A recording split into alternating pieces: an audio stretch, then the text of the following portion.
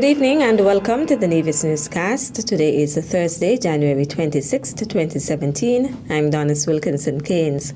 At the 5th Summit of Heads of State and Government of the Community of Latin American States, CELAC, St. Kitts and Nevis's Minister of Foreign Affairs, the Honorable Mark Brantley, called on his colleagues from the 33-member organization to do more to further integrate the region. During his very spirited and well-received intervention, Minister Brantley commended the community for the advances the region has made in terms of integration and political dialogue to address the priority issues of the region and to value peace. We ought to seek to maintain stability.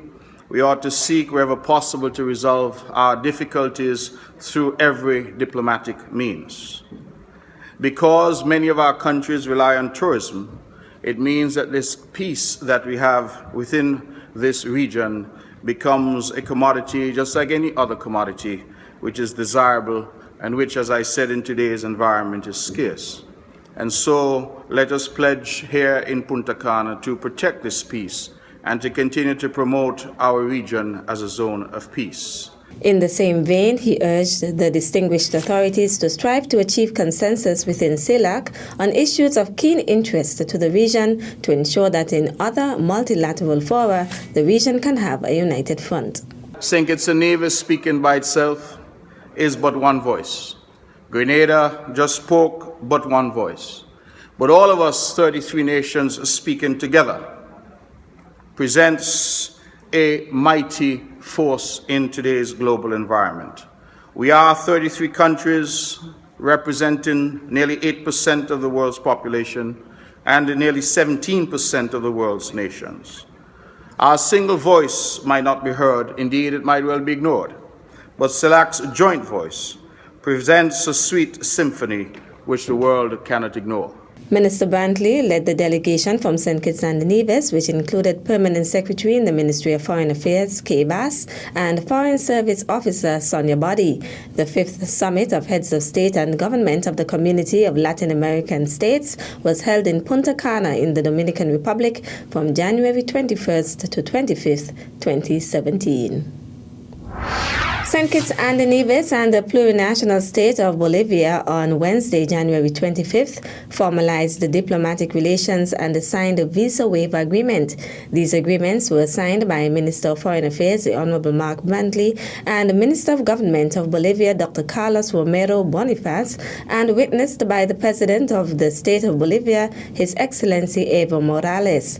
The signings took place at the V Summit of the Community of Latin American and Caribbean States in the Dominican Republic. According to Minister Brantley, although strong affection and cooperation existed previously between both countries, the signing of the joint communique formalizes the relationship. The visa waiver agreement now allows the citizens from both countries to travel freely through each other's ports of entry. Minister Brantley also extended an invitation to President Morales to visit St. Kitts and Nevis. Bolivian Minister Boniface thanked the government of St. Kitts and Nevis for the opportunity, noting how special the occasion was for his country, as acts like these helped to not only solidify bilateral relations, but also speak to the right which Bolivia defends, a right to liberty of movement and freedom to choose a residence, as espoused in the Universal Declaration of Human Rights. After the exchange of instruments between both countries, President Morales, commenting on the visa waiver agreement, stated that St. Kitts and Nevis is one of the first countries in the Caribbean of which it is easing visa restrictions. He added that St. Kitts and Nevis will now be a door of entry to the Caribbean. The Bolivian president views the agreement as an opportunity for his people to engage, work together, and share experiences to fight poverty. The signing was witnessed by officials from the Ministries of Foreign Affairs of both countries.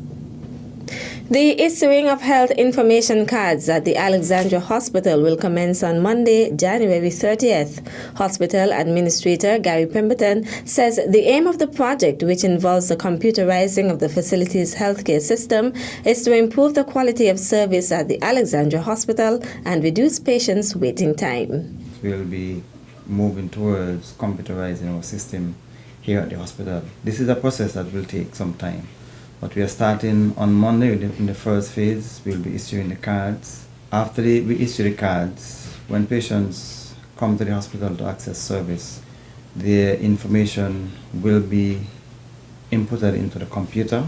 Pemberton explained what patients can expect when they begin to use their health information cards. All the person at the front will use the barcode reader to get the information from the card. Once you barcode the card, then the information will automatically appear on the computer screen, and whatever information that needs to be inputted into the computer at that point will be done by the person at registration.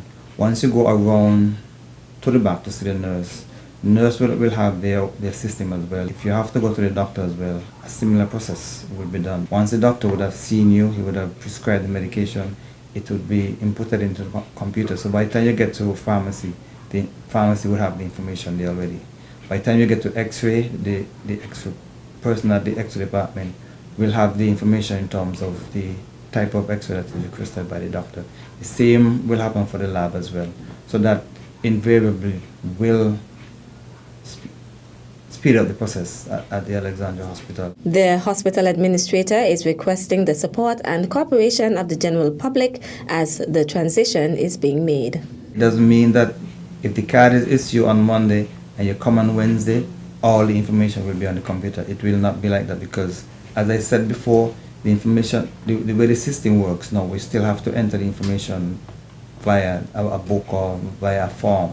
So that process will still continue until we phase it out. So that will take maybe another 3 or 4 years before we can even go completely to the computerized system. Suppose you happen to come to the hospital and you forgot your card. No, that's no problem. All you have to do is give your name, and once the receptionist puts your name into the computer, your information will come up. It will show that you would have had a service there before. If your name doesn't come up, it means that you would not have had a card. So we can start the process of issuing a card. Patients are requested to present a government-issued ID in order to be issued the health information card. Computerizing the Alexandra Hospital's healthcare system puts the facility among the first few hospitals to merge technology and public health and meet OECS standards and policies. Still to come, Ministry of Health offers free cervical cancer screening to women on Nevis. The details after this break. At a loss as to what's going on in Nevis? Tune into NNC on NTV. Don't worry if you don't have cable either. NNC will bring the news to you wherever you are. Facebook and Facebook Live. YouTube and YouTube Live. NevisTVOnline.com. Roku app, NTV mobile app, Smart TV, Apple TV, and any other IPTV platforms. When me ANC and you ANC, NNC.